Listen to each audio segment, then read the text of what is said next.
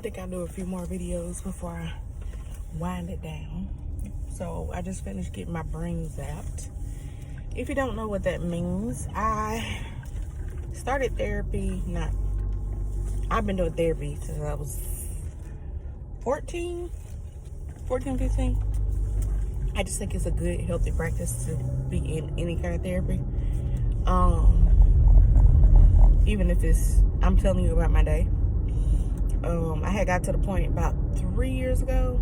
I hadn't gotten to the point, but I was having issues with, like, my therapist would leave and I would have to get a new therapist. I wanted somebody that was consistent. And then I couldn't find a therapist that would give me what I actually needed. As in, I needed real, like, work to be done. And I knew it, but I didn't know exactly what to ask for. And by the grace of God, I was connected with somebody at the church I was attending at the time who connected me with a trauma therapist. And oh my gosh, changed my life. Literally changed my life. 3 years, that may have been 3, maybe 4 now. I don't know. You know how you say something and then you say it so many times and then years go by and you still say that same number? It may be that case. But changed my life. And then once I went through a lot of the trauma therapy, at the same time they had this thing called MCN, which stands for microcurrent neurofeedback. And what it does is when you're in fight or flight mode, if y'all know what that is. So fight or flight mode is like when your body senses that you're in danger, you either fight or you flight, which is flight is running, you run away. Right? So once you have PTSD, meaning you have that pretty much like often. So like it's happened, you have a trauma, maybe you get like you've been sexually abused and now every single day you go outside, you scared that somebody gonna run up on you or something like that.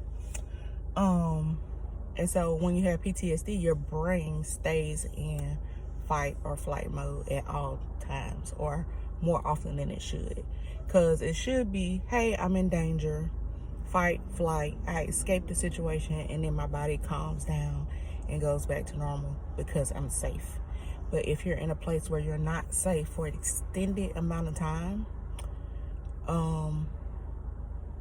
then your body ends up saying, I'm always in danger.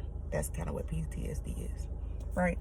So what the microcurrent feedback, I was already doing trauma therapy where I was doing Emdr. Emdr is where you tap 2 different sides of your body, and what it does is take that memory that keeps popping up in your brain that causes you anxiety.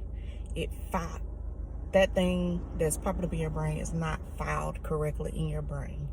So like it's not been taken care of, it's not been resolved. So the tapping, it's the whole thing you have to do with the tapping. It's not just the tapping. And you have to be led through by a guided trauma therapist. But once you do the tapping and the process with the therapist, it takes that thing that keeps popping up in your brain, that image, and it files it into where it's supposed to be in your brain, to where it's not popping up saying, like on the computer, right? If it's like, hey, you got this file open, do you want to save it? Do you want to save it? Do you want to delete it? Do you want to save it? Do you want to delete it? It's like that.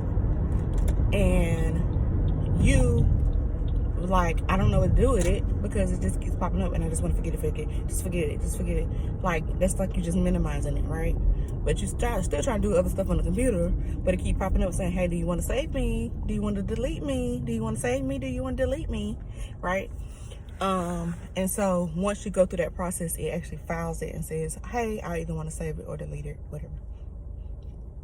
Unofficial terms, save and delete. Save or delete it. It gets it filed away to where it's not popping up constantly, right? So that's the one part that I did with the trauma counselor. The part that I'm still doing, which is with just a practitioner, you don't talk to them at all. They put these little nodes on your head and it sends a little current through your brain, and it's smaller than the brain, than the waves that come off your cell phone, right? But what it does is when your brain has been in fight or flight mode for so long, certain parts of your brain go offline or go dark, right? So it would say, okay, maybe let's think of it like tree roots, because everybody is not biological. I'm all into that, stuff. So let's say your brain are like roots at the bottom of a plant. So you know how the roots grow out and then they're looking for water, right? Once it hits a rock, let's say for example, it doesn't continue. It may continue to try to go around that rock to find water, or it could just die off. That root could die off and then say, okay, we don't need to grow a root in this part anymore. So instead of breaking off the root and saying we don't need to grow it anymore, it would say, okay, we don't need to send electrical currents, brain currents down this way because we can't use it because something's in the way, right? Like we're never at a place where we feel safe, so we don't need to use that little part of our brain. So fight or flight becomes your new safe or your new normal.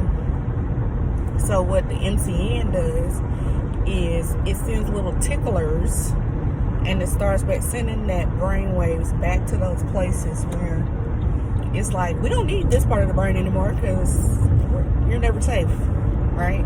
So it sends little ticklers down to those dark parts and starts to wake them back up again, so your brain can get back to functioning normally, to where you can have a place where you can say, okay, I'm not in fight or flight anymore, I'm safe right now. And while I know I'm safe because I've escaped that dangerous situation, I can now begin to do things I haven't been able to do. For example, one of the things it helps me to do is my anxiety level stays down because I'm not worrying about all the things. Another thing it does is it helps me to organize. So kind of like ADHD. And I don't know if I have ADHD, but I've been curious about it. But kind of like ADHD, like you don't know which order to start in, but now I'm like, okay, I can do this, and this, and get it done. It helps me to organize better. It actually helps me to finish projects. That's probably one of the only reasons I've been able to start and finish 4 books last year, is because that helps me to be able to actually finish something where I can actually say, okay, this is done, or it's not like always in limbo saying like it's in progress.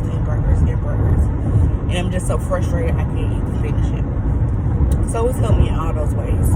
I've actually been wanting to get tested for ADHD.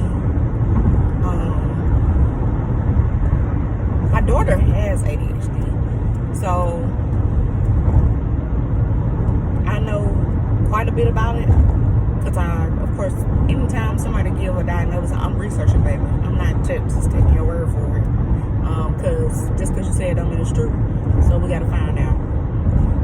But I just want to know, because even if I knew I had it, I wouldn't treat it. Mainly because I have found a way for it to work for me if I have it.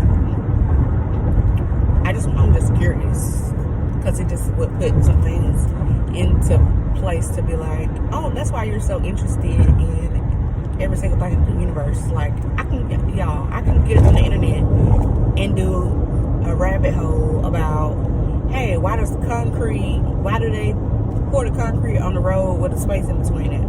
Which I already know because I've already looked it up.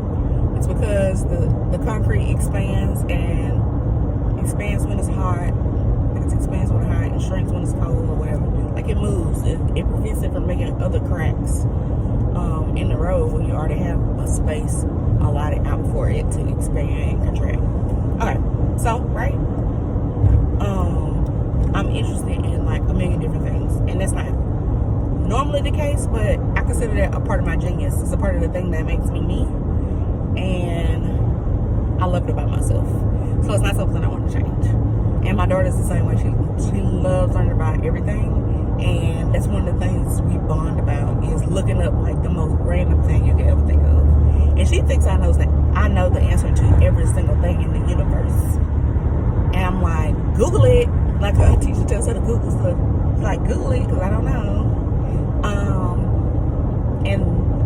when she asks me something, most times I do know the answer, but she's like me. She gonna ask like the deeper question behind whatever, and I'm like, I don't know that much now. You're doing too much. So yeah, I just went and got zapped.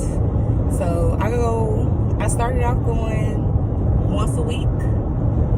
Now I'm going once a month. So once you start and you start having lasting results, once it starts lasting longer and longer, like your brain is healing itself, you can space it out further. And so I did once a week, then I did every other week, and then I went to 3 weeks, and now I'm at 4 weeks.